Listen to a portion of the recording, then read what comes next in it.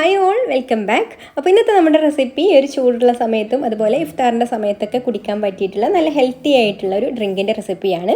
അപ്പോൾ ഈ ഒരു ഡ്രിങ്ക് വളരെ കുറഞ്ഞ ചേരുവകൾ മാത്രം വെച്ചിട്ട് തയ്യാറാക്കിയിട്ടുള്ളതാണ്. അപ്പോൾ നമുക്കിത് എങ്ങനെയാണ് തയ്യാറാക്കുക എന്നുള്ളത് നോക്കാം. അപ്പോൾ വീഡിയോയിലേക്ക് പോകുന്നതിന് മുമ്പ് നിങ്ങൾ ആദ്യമായിട്ടാണ് ഈ ചാനൽ കാണുന്നുണ്ടെങ്കിൽ സബ്സ്ക്രൈബ് ചെയ്തിട്ടില്ലാത്ത കൂട്ടുകാരാണെങ്കിൽ ഒന്ന് സബ്സ്ക്രൈബും കൂടെ ചെയ്യണേ.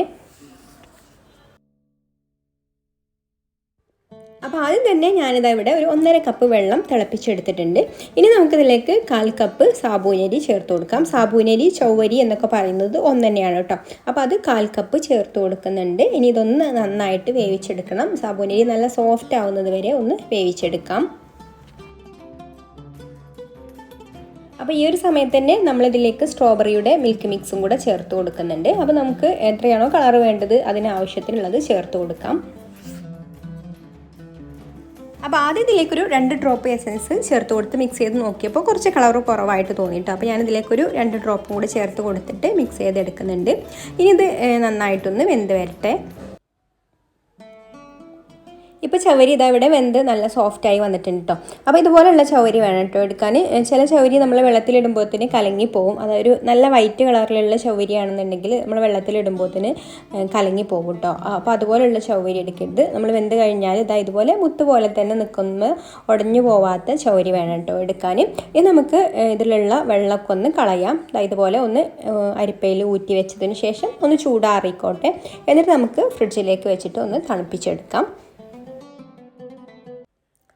ഇനി ഞാനിവിടെ പാൻ എടുത്തിട്ടുണ്ട്. അതിലേക്കൊരു 2 ടേബിൾ സ്പൂണ് കൂവപ്പൊടി ചേർത്ത് കൊടുക്കാം. കൂവപ്പൊടി എന്ന് പറഞ്ഞാൽ arrowroot പൗഡറാണ് കേട്ടോ.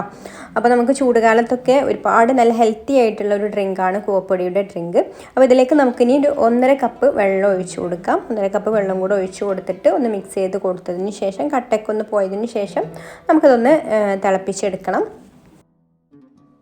പിന്നെ കൂവപ്പൊടി അടുപ്പത്ത് വെച്ചാൽ പിന്നെ കൈയെടുക്കാതെ തന്നെ ഇളക്കിക്കൊണ്ടിരിക്കണം കേട്ടോ. കാരണം ഇത് പെട്ടെന്ന് തന്നെ കുറുകി വരും. അപ്പോൾ അടിയിൽ പിടിക്കും. ഇപ്പോൾ തിളച്ച് വന്നപ്പോഴേക്കും കൂവപ്പൊടി ഒന്ന് തിക്കായി വന്നിട്ടുണ്ട്. തിളച്ച് കഴിഞ്ഞാൽ തന്നെ മതി കേട്ടോ. ഇത്രയും മതി. ഇനി നമുക്ക് ഫ്ലെയിം ഓഫ് ആക്കിയിട്ട് ഇതൊന്ന് ചൂടാറാൻ വേണ്ടി മാറ്റി വെക്കാം. ഇത് നന്നായിട്ട് ചൂടാറിയതിന് ശേഷം ഞാനിതാ മിക്സിയുടെ ഒരു ജാർ എടുത്തിട്ടുണ്ട്. അതിലേക്ക് നമുക്ക് കൂവപ്പൊടി ഒഴിച്ചു കൊടുക്കാം. ഇതാ കുറച്ച് തിക്കായി വന്നിട്ടുണ്ട് കേട്ടോ. ഒന്ന് ചൂടാറി കഴിഞ്ഞപ്പോഴേക്കും ഇത്രയും തിക്കായി വന്നിട്ടുണ്ട്. ഇനി നമുക്കിതിലേക്ക് മധുരത്തിന് ആവശ്യമായിട്ടുള്ള പഞ്ചസാര ചേർത്ത് കൊടുക്കാം. ഞാനിവിടെ ഒരു 1/2 കപ്പ് പഞ്ചസാരയാണ് കേട്ടോ എടുത്തിട്ടുള്ളത്. അത് ചേർത്ത് കൊടുക്കാം. പിന്നെ ഇതിലേക്ക് നല്ല തണുത്ത പാലും കൂടെ ഒഴിച്ചു കൊടുത്തിട്ട് ഇത് ഒന്ന് അടിച്ചെടുക്കാം. അപ്പോൾ മൊത്തത്തിൽ ഞാനിതിലേക്ക് 500 മില്ലി പാലാണ് കേട്ടോ എടുത്തിട്ടുള്ളത്. അപ്പോൾ ആ ഒരു പാലിലേക്ക് ബാക്കിയുള്ള പാലിലേക്ക് ഞാൻ അടിച്ചെടുത്തിട്ടുള്ള നമ്മുടെ കൂവപ്പൊടിയുടെ മിക്സും കൂടെ ഒഴിച്ചു കൊടുത്തിട്ടുണ്ട്.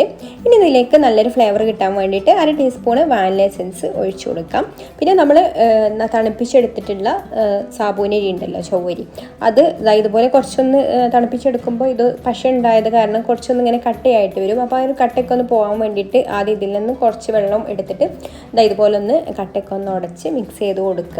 എന്നിട്ട് നമുക്കിതിലേക്ക് ചേർത്ത് കൊടുക്കാം.